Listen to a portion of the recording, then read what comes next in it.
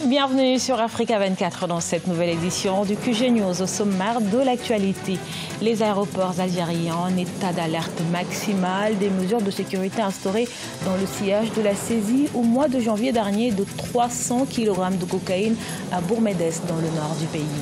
En Côte d'Ivoire, les banques ont accordé plus de 7 000 milliards de francs CFA de crédit à l'économie en 2018, avec un bilan en hausse de 12 000 milliards de francs CFA, soit plus de 14% par rapport à 2017. Et puis découverte du livre « La fortune en course de fin » de l'auteur burkinabé Jean-Philippe Tougma, un recueil de 50 nouvelles inspirées du pari mutuel urbain en Afrique et particulièrement au Burkina Faso.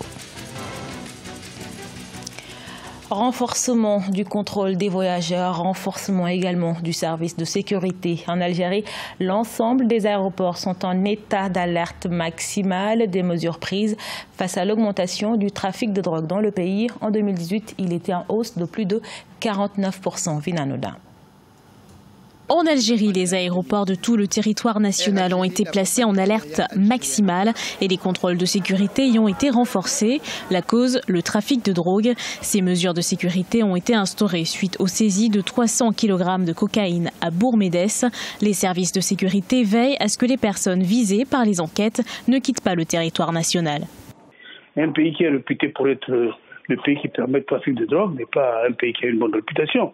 Je crois que c'est l'État militaire, ils auront tout ce qu'il faut, ils ont tous les instruments de répression qui conviennent pour arrêter ça. Depuis le début de l'année 2019, les services de la Direction générale des douanes ont procédé à d'importantes saisies d'équipements sensibles, de stupéfiants et de devises. Le trafic de drogue a enregistré une hausse remarquable de 49,18%. Les services de la Sûreté nationale de la capitale ont enregistré 99 325 affaires durant l'année 2018, dont 69 012 ont été traitées, soit une moyenne de 69,98%, portant sur les infractions contre les biens, les droits des personnes, la cybercriminalité et la drogue. La Direction générale de la Sûreté nationale a lancé en janvier 2019 une campagne nationale de sensibilisation au danger des psychotropes. Animée par des cadres spécialisés, cette campagne se destinait principalement aux jeunes. Au Niger, le parti au pouvoir PNDS Taraya a choisi son candidat pour la présidentielle de 2022. Le choix du parti s'est porté sur l'actuel ministre de l'Intérieur, Mohamed Bazoum, qui a été officiellement désigné à l'unanimité le 10 février au cours d'une réunion du comité exécutif national. Membre fondateur du Parti nigérien pour la démocratie et le socialisme, Mohamed Bazoum va tenter de succéder à Mahamadou Issoufou, actuel chef de l'État. Première économie de l'UEMOA, la Côte d'Ivoire connaît depuis 2012 un taux de croissance moyen de 8,5%. Son économie est portée par le dynamisme du secteur bancaire, les institutions financières qui ont accordé plus de 7 000 milliards de francs CFA de crédit à l'économie en 2018. Les précisions dans ce reportage de notre correspondant Olivier Kono. 7 107 milliards de francs CFA, c'est le montant des crédits à l'économie par les banques ivoiriennes en 2018, sur un total de ressources de 10 050 milliards de francs CFA collectés. Les banques ont réalisé un total bilan de 12 000 milliards de francs CFA, en hausse de 14% par rapport à 2017. Malgré ces chiffres importants, certains spécialistes estiment que les banques peuvent mieux faire, en particulier dans le financement des petites et moyennes entreprises. La BCEAO a commencé à mettre des mesures en place pour réduire certains gains des banques. Si vous voulez fermer votre compte, vous ne devez pas payer de frais de fermeture de compte. En réduisant en fait ce type de marge-là, cela va pousser en fait les banques à sortir en fait de leur zone de confort. Tant que les banques seront à l'aise pour avoir en fait des sources de revenus, je dirais plus ou moins faciles, elles verront vraiment pas la nécessité de sortir de leur zone de confort. Pour les analystes financiers, les entreprises doivent utiliser la bourse régionale des valeurs mobilières pour lever les fonds nécessaires à leur croissance. Au niveau des banques, on peut avoir des taux d'intérêt beaucoup plus élevés, mais à la bourse, ça sera moindre. Et puis, c'est une manière également de faire partager la croissance de ces sociétés-là avec des investisseurs. Quand vous venez en bourse, vous avez la possibilité de vendre en fait votre produit, de vendre votre marque. Le gouvernement ivoirien sollicite également le marché financier régional pour financer son développement. Le Trésor public doit mobiliser 2 416,9 milliards de francs CFA, dont 1 429 milliards de francs CFA d'obligations et de bons assimilables du Trésor. 3 000 milliards de dollars, c'est la somme que prévoit d'investir la diaspora du Nigérian dans l'économie du pays. Des nouveaux fonds qui permettront aux autorités d'accélérer le processus de diversification économique du pays, mais également atténuer les chocs des fluctuations des matières premières par rapport à une économie dépendante à plus de 90% des hydrocarbures.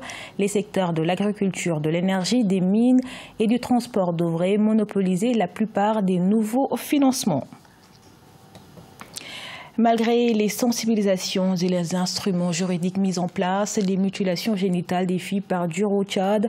Face à ce phénomène, une campagne de sensibilisation a été initiée par la société civile sous le thème « Tolérance zéro aux mutilations génitales féminines ». Mahamat Ramadan et Marie-Colette Babasagana.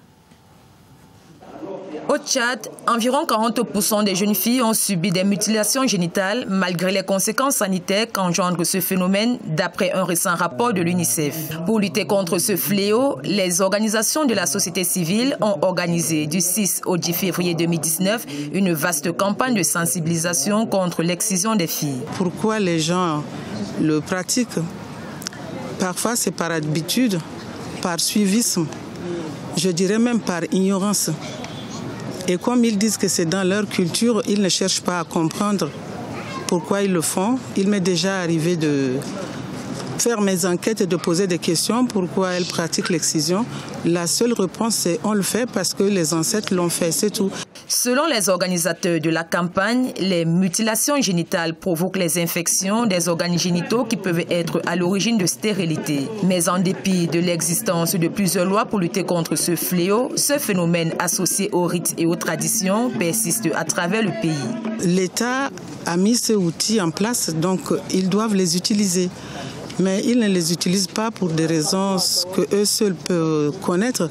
Il faudrait qu'à partir de maintenant, qu'ils le fassent. Notre sensibilisation consiste justement à aller vers ces autorités juridiques pour leur dire que si la loi existe, on doit l'appliquer. Tout au long de la campagne, des spectacles de danse traditionnelle et musique rituelle ont été présentés pour faire comprendre au public qu'on peut se passer de l'initiation à l'excision génitale. Peut-on jouer au PMU rien que pour l'adrénaline sans être vicieux? C'est la question qui a inspiré Jean-Philippe Tougma, auteur burkinabé de l'ouvrage La fortune en course de fin, un recueil de nouvelles de 187 pages qui mêle l'humour à la joie et à la mélancolie des anecdotes de passionnés de course découvertes dans ce reportage de notre correspondant Jean-Paul Ouedraogo. La fortune en course de fin, c'est le titre du deuxième ouvrage de l'auteur Jean-Philippe Tougma, journaliste de carrière en service aux éditions Sidoya. Un recueil de 50 nouvelles inspirées du pari mutuel urbain en Afrique et singulièrement au Burkina Faso. Tout le corps social est aujourd'hui dans le PMU. Dans l'ouvrage, vous verrez que la présidence est dans le PMU, les ministres sont dans le PMU, les retraités sont dans le PMU, les prisonniers, les mendiants, les laissés pour compte. En fait, on se retrouve tous dans le PMU. Donc le message, c'est peut-être ne pas exagérer. Des foyers divisés, des amitiés rompues, des joueurs heureux mais parfois contraints à la prison et bien d'autres encore. Le livre pose la problématique des jeux à partir du seul exemple du pari mutuel.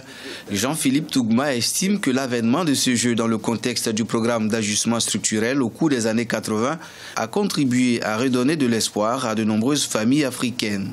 Quand vous jouez le matin, vous avez la certitude que vous allez gagner. Ce temps de rêve vous permet de ne pas vous concentrer autre chose qu'à ça. Quand vous perdez parce que vous avez manqué un numéro, vous vous dites mais demain. Donc ça devient à la limite comme ce que l'autre disait, l'opium. Du même auteur de La chute du Sphinx de Kosiam, paru en 2016, ce second ouvrage aura sans doute fort à faire pour susciter l'engouement du public. La première parution ayant connu un énorme succès. Ce journal a été réalisé par l'ensemble de la rédaction. Merci pour votre fidélité. Retrouvez dans un instant une nouvelle édition de l'actualité sur Africa 24.